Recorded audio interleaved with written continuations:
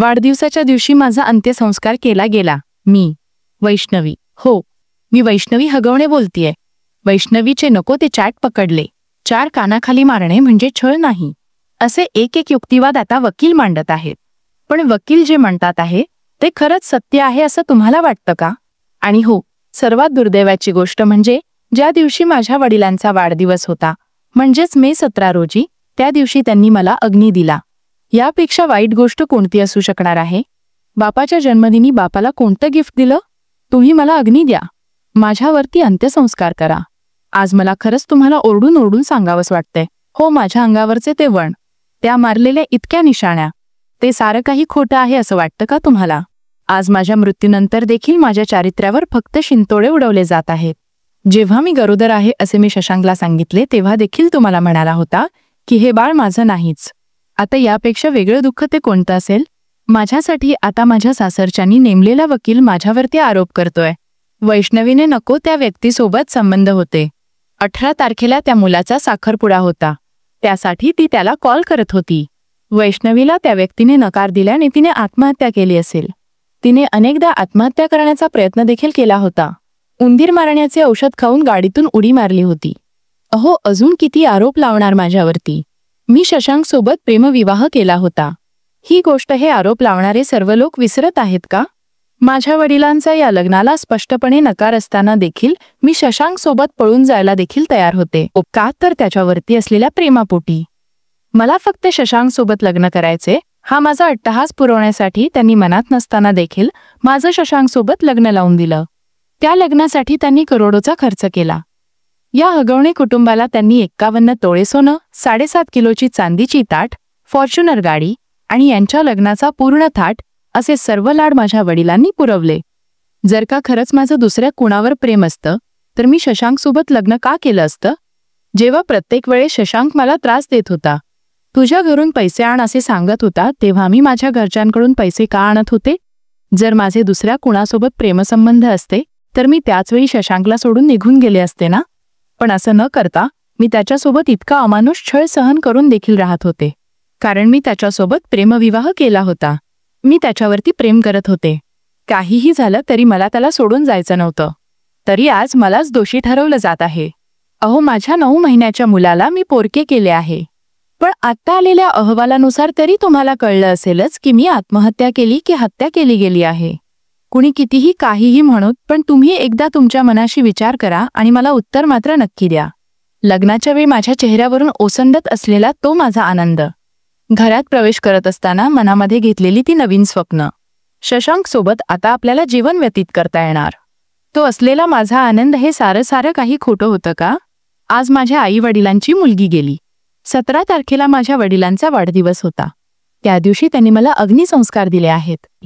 आयुष्याच्या शेवटच्या क्षणापर्यंत त्यांना हा दिवस कधी म्हणजे कधीच विसरता येणार नाही. लेक म्हणजे बापाचा जीव असतो. त्यांनी पुढे जाऊन जरी हे दुःखद क्षण विसरण्याचा प्रयत्न केला तरी त्यांच्या वाढदिवसाच्या दिवशी मात्र त्यांना हा क्षण कधीच जगू देणार नाही.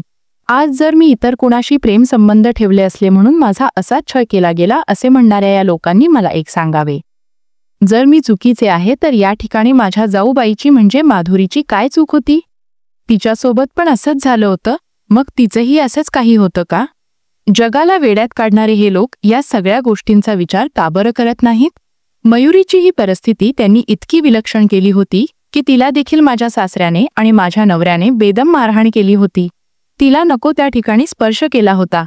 तिला नको त्या ठिकाणी मारले होते. तुला मुलगा होत नाही तर आमच्याकडे ये असे सांगितले होते. अशा या नीच प्रवृत्तीच्या लोकांना सरकारने कधीही सोडू नये. त्यांना कठोरातील कठोर शिक्षा द्यावी हीच माझी विनंती आहे. माझे आणखी एक सांगणे आहे. माझ्या वडिलांकडून त्यांनी घेतलेलं ते 51 तोळे सोनं, ती चांदीची भांडी, गौराई, ती फॉर्च्युनर आणि इतर देखील खर्च माझ्या वडिलांना परत करावा. ज्या मुलीच्या आनंदासाठी माझ्या वडिलांनी एवढा खटाटोप केला होता, आज तीच या जगामध्ये नाही तर त्या वस्तू या लोकांकडे का ठेवायच्या?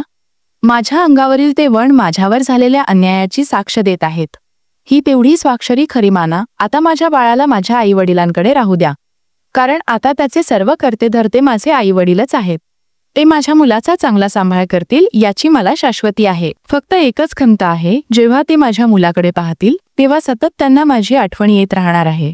आमच्या संपूर्ण कुटुंबातील प्रमुख व्यक्ती म्हणजे माझी नणंद करिश्मा हिला देखील कठोरातील कठोर शिक्षा करावी, कारण हिच्यामुळेच माझे बाळ अनेक दिवस वणवण करत फिरत होतं. माझ्या बाळाला तिच्या मित्राच्या हवाली केलं. त्यामुळे माझ्या बाळाचे हाल झाले. त्याची प्रकृती बिघडली. हिनं आम्हा मायलेकाला देखील कधी व्यवस्थित राहू दिलं नाही. मयुरीच्या देखील हिने खूप छळ केला. आज ती तिच्या माहेरी निघून गेली म्हणून ती सुरक्षित राहिली, पण मला मात्र हे करता आलं नाही. मी देखील वेळीच पावले उचलायला हवी होती. जर मी वेळेवरच काही केलं असतं तर आज माझं बाळ माझ्यापासून कधीच दुरावले गेलं नसतं. आज त्याला जगामध्ये सारी नाती भेटतील, पण आई मात्र दिसणार नाही. आईचं प्रेम तो अनुभवू शकणार नाही. आईचा स्पर्श त्याला होणार नाही.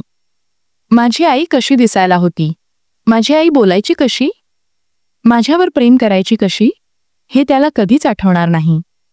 कारण त्याला काही कळायच्या आतच मी त्याला सोडून गेले आहे. त्याची भिरभिरती नजर आजही मला शोधत आहे. तो आईच्या प्रेमाचा मायेचा हात अनुभवण्याचा तो प्रयत्न करत आहे. पण त्याला कोणी सांगावं, अरे ती परत कधीच येणार नाही. तू कितीही हाका मारल्यास, तू कितीही तुझी नजर लावून वर टाकलीस तरी आई नावाची सावली तुला आता काही दिसणार नाही. म्हणून तुम्हा सर्वांना फक्त एकच विनंती आहे. आज आमच्याकडचे सर्व मार्ग संपले आहेत म्हणून ते आता माझ्या चारित्र्यावर शिंतोडे उडवत आहेत. माझ्या आईवडिलांना दाबण्याचा देखील हे प्रयत्न करतील, पण तुम्ही त्यांना साथ द्या. आज तुमची साथ मला न्याय मिळवून देऊ शकते. फक्त मलाच नाही, माझ्यासारख्या अजूनही खूप साऱ्या बहिणी लेकी आहेत की ज्यांना तुमच्या साथीची गरज आहे. पाठिंबा असा द्या की पुढे जाऊन अशी कोणतीही लेक लाडकी बहीण आपला जीव देईल असं तुम्हाला ऐकू येणार नाही. बंदच करा या प्रथा, या चालीरीती. मुलीच्या आईवडिलांना देखील जीव असतो. त्यांची मुलगी आहे म्हणून हवं ते मागून घ्या, हवा तितका त्यांना त्रास द्या. ही कुठली बरं पद्धत आली? तुमच्या मुलींना बहिणींना असे बळी पडू जाऊ देऊ नका. जी चूक मी केली आहे ती चूक त्यांना करू देऊ नका. त्यांना वेळीच आधार द्या, कारण मुलगी तुमच्या घरी आली म्हणून ती तुमच्यावर ओझं आहे असं समजू नका. जिला 20-25 वर्षांपर्यंत तुम्ही आपल्या घरामध्ये एखाद्या राजकुमारीसारखी ठेवली, तिलाच तिच्या सासरी होणारा त्रास सहन करता येईल असं म्हणू नका. तिचा होणारा त्रास वेळीच ओळखून तिला मानसन्मान तुमच्या घरी आणा. तिला तिच्या पायावरती उभे करा. तुमचा एक पाठिंबा तिला खूप मोठा आधार देऊ शकतो, हे नेहमी लक्षात ठेवा. ती अबला नाही, पण तिला साथ मात्र हवी आहे. एक पाठीवर ती पडणारी थाप तिला अत्याचार पोचण्यापासून थांबवायची शक्ती देऊ शकते. तिला गरज आहे फक्त आठवण तिची. अहो, ही मुलगी म्हणजे दुर्गेचा अवतार, झाशीची राणी सावित्रीबाई फुले, देशाचा राज्यकारभार चालवणारी इंदिरा गांधी, शत्रूंना सळो की पळो करून सोडणारी सोफिया आणि भूमिका. कुठे आपल्या लेकी कमी आहेत? तुम्ही त्यांना संधी द्या. त्या संधीचं सोनं तुम्हाला नक्की करून दाखवतील. म्हणूनच सांगते, तुमच्या लेकीला मरणाच्या दारी सोडू नका. जय हिंद, जय भारत.